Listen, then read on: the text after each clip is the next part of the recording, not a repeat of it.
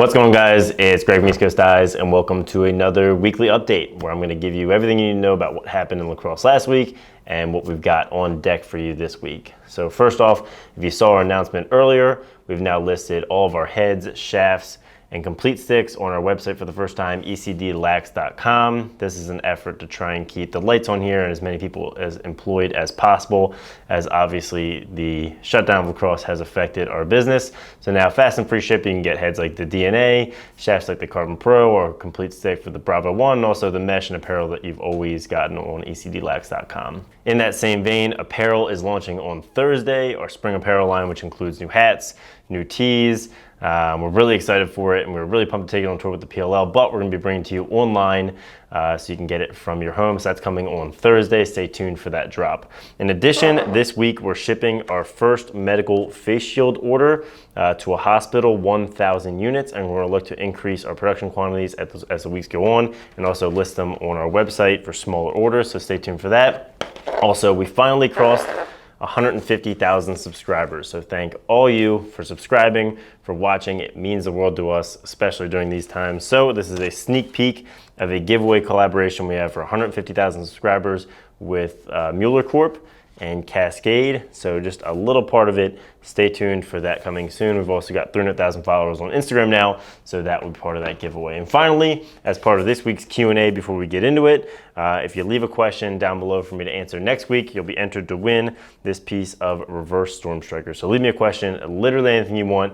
I might answer it next week and you'll be entered to win this mesh. So before we get into Q&A, let's start with the news. Last week there was a lot going on, and we'll start with the bad news, as I always like to do. First off, the PLL had to delay the start of their season. I think we kind of all saw this coming, but they've now officially put it into press. Mike Rabel talked about what their options are, and basically have three options. Number one is to push the season back and still play their full season as well as playoffs, which I think is ideally what everyone would like to see. They've got 4 bye weeks built in, and they could eliminate those, push the season back as much as 4 weeks, and still play every single game that they wanted to. Number two is push the season back and have a shorter season, so maybe they do a few less games, take out the bye weeks if they have to push the season back a little further and still get the full playoffs. And number three is an interesting scenario that a lot of sports leagues have been toying around with, and that is having a maybe double elimination round robin style playoff tournament at a secure location, and everyone is watching remotely. Obviously that's not ideal, but we'll take lacrosse however we can get it. So they've said they're optimistic about playing a 2020 season in some capacity, and whatever happens, we're going to be ready for it. Our pros are ready for it, and we're really excited to see some lacrosse happen. They're going to be the first ones to bring it to us, it looks like. More pro announcements. The NLL has canceled the remainder of their season, which is really sad to see. I love watching the indoor game, and I know they've been having just so much success. They have only canceled the regular season for now, and they are looking at options for the postseason, similar to what's happening with the PLL. I think they could put together, some seeding based on the games they had played, and then do a little extended tournament that's private, only watch remotely, and still crown a champion, still do a playoff, which would be really great to see.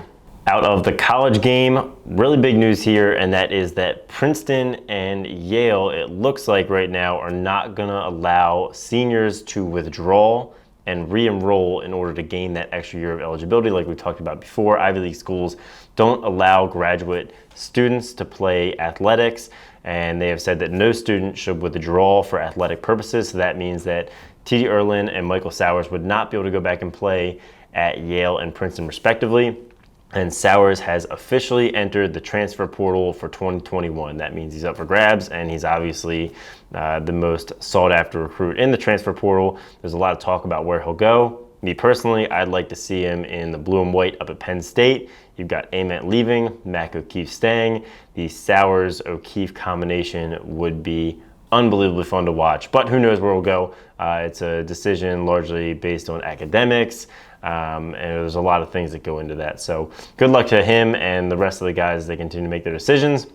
We have not seen an announcement from the PLL about what they're going to do with their draft, and their draft is currently scheduled for April 21st. Right now, a lot of those players will be in the draft or up in the air, so we'll hopefully get an announcement from them whether they're going to keep that 21st draft date or also push it back in conjunction with the rest of the season. In that same vein, Michael Krause, one of the stars from UVA, he's going to move on from the college game and hopefully head into the PLL. Also, the U19 World Games have been rescheduled for 2021, still going to be in Ireland, and they have extended the age range instead of U19. It's now going to be U20, so all the guys who had already made the current roster wouldn't age out. They can still continue to play. So now let's get into the Q&A from last week's video. John Haggerty asked in the comments, has Pat Spencer fallen off the lacrosse world? Where is that man, and what is he doing next year, basketball or lacrosse? Hopefully he goes to the PLL draft. This is a great question. I think, and some sources I've heard have said, that he's going to attempt to play professional or semi-professional basketball somewhere. I think he's just really loving basketball. He loved this season at Northwestern, and I think he's going to continue to pursue that basketball dream. I know we would all love him to see back in lacrosse.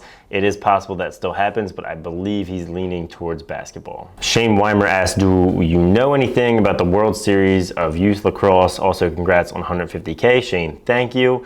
And no, we haven't gotten a lot of announcements on summer events that we're used to seeing, like Maverick Showtime, like Adrenaline's All-American, like Under Armour's All-America, World Series Youth Lacrosse, all the summer club tournaments. I think they're withholding those decisions. Those usually do not start until June.